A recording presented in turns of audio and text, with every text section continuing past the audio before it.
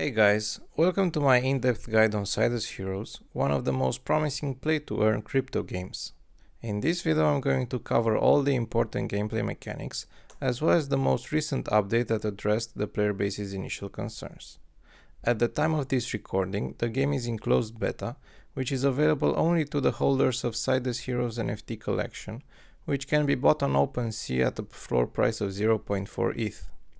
These NFTs can be locked in exchange for Genesis characters. However, on the 23rd of January, Academy Heroes collection is going to be released, marking the beginning of the open beta. Apart from the earlier access, there are additional differences between Genesis and Academy Heroes.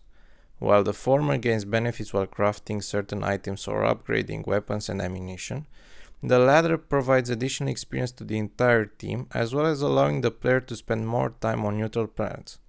This will be introduced at a later phase of the game as PvE content. Important to note that all of these perks are additive. For both types of heroes, there are three different rarities: common, epic, and legendary. Apart from an increase in perks and different skins, each type of rarity offers a chance for bonus items from both golden as well as silver loot boxes or tesseracts, but more on this later.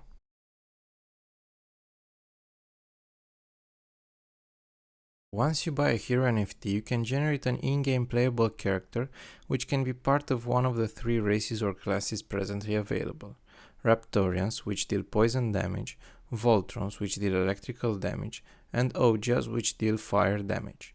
As you can see from the base stats, Raptorians are the classic damage dealers with higher output but lower hit points, whereas Voltrons have a higher health pool but deal less damage. Ogias are somewhere in between. There is currently a visual bug that displays Voltron's basic attack as being poison as well, but once you get to confirm the stats it changes back to electricity. On character creation, the player can spend 10 attribute points in 4 different stats: attack, vitality, agility, and defense. At the moment, each character has access only to its main ability and, if equipped, to weapon attacks.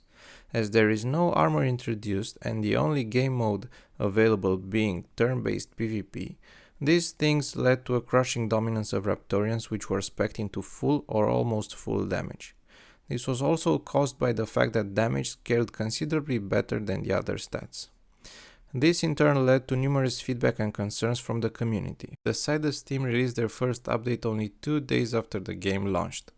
This completely changed the player experience by introducing skill resets, which, although were meant to require tokens, were offered completely free to encourage the community's effort during beta testing. The PvP system is a turn-based one, where each player starts with 1 energy and gains 2 more energy each turn.